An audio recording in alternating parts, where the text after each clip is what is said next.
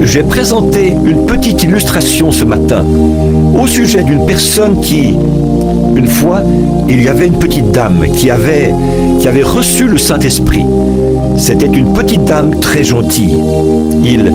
Elle disait, eh bien, elle avait eu une vie très dure et son mari était alcoolique. Et alors, elle continuait à avancer. Elle le supportait patiemment. Il disait, si tu veux aller à l'église, chérie, vas-y. Tandis que lui, il allait au saloon, ici, au Brown Derby. Il continuait comme ça. Alors, il traînait tout le temps là-bas. Autrefois, c'était chez Bonifère. Beaucoup d'entre vous, les anciens d'ici, vous vous souvenez de l'époque où c'était Bonifère qui tenait ça, là, à l'angle de... Ça s'appelle Brown Derby maintenant, je pense. Alors, il traînait là-bas. Et voilà qu'un soir, une question est venue à propos de l'Église et des chrétiens. L'un des vieux ivrognes qui était assis là a dit « Des chrétiens, ça n'existe plus, ça. Ça n'existe pas. Toute cette bande d'hypocrites, il a dit, vous les voyez qui sont là à fumer, à boire et à faire la même chose que nous. Et il a dit, ils se disent chrétiens, ça n'existe pas. » L'autre ivrogne s'est levé et il a dit, minute, moi j'en connais une. Il a dit, qui ça? Il a dit, ma femme. Vous voyez, elle était devenue salée. Pendant tout ce temps, il le remarquait.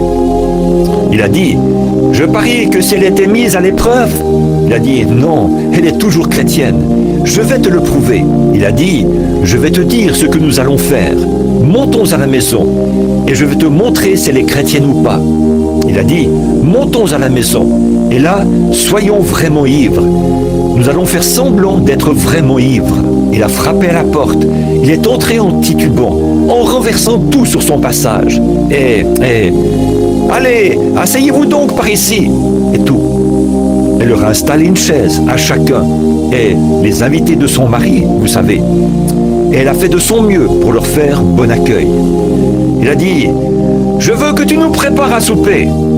Alors elle est allée leur préparer à souper. Il a dit, nous voulons du jambon et des œufs. Ils savaient qu'ils en avaient. Donc, ils se sont fait préparer du jambon et des œufs. Quand il est arrivé à table, il les a regardés comme ça. Il a pris son assiette et il a jeté tout ça par terre en disant « Tu le sais, que ce n'est pas comme ça que je veux mes œufs. Ah, venez les gars, allons, sortons d'ici. » Comme ça. Ils sont sortis et se sont assis comme ça, vous savez. Elle est venue, elle a dit « Chérie, je suis désolé de ne pas les avoir préparés comme il faut. Je vais t'en préparer d'autres. » Oh, foutaise! Tu savais très bien que ce n'est pas comme ça que je les voulais. Ils faisaient des histoires à n'en plus finir. Ils sont allés un peu plus loin. Ils se sont assis.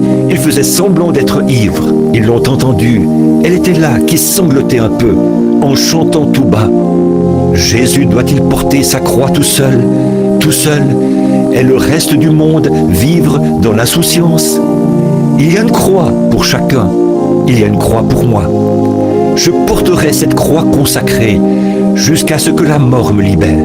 L'un des ivrognes a regardé l'autre et il a dit, c'est une chrétienne, elle a ce qu'il faut.